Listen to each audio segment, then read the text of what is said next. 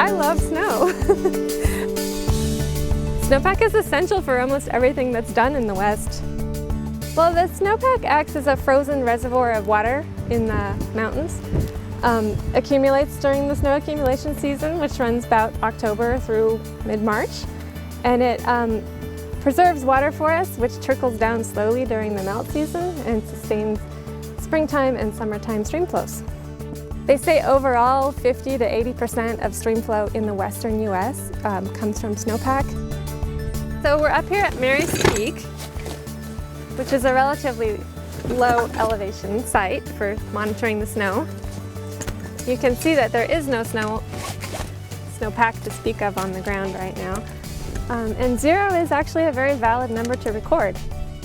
This is not unusual. The truth is this site has very high variability because it's so low in elevation. So this is great to see frozen precipitation coming out of the sky. So normally how we would determine a snowpack measurement is we would insert this into the snow. We'd measure the depth on these lines, and we'd actually weigh this in a little scale, which tells us how much water is in the snowpack. It's that weight measurement that we're after.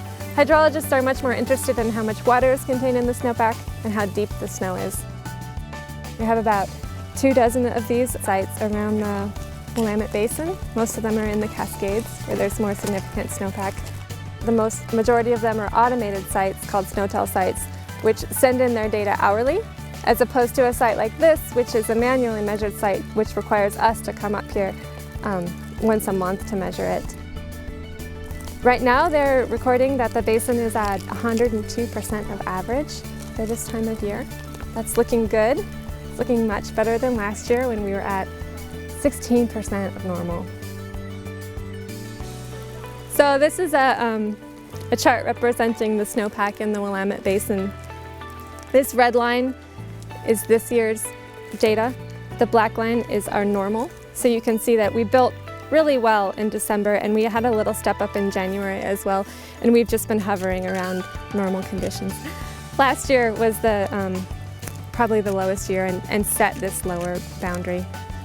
So we're looking at a difference of here and here.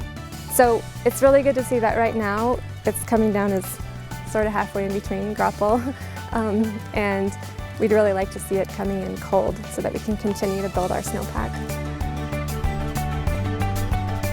I think sometimes we get a lot of attention when there's very little snow or too much snow. And it's important to remember that without constant monitoring of the snow, we don't have a normal to compare these abnormal years to.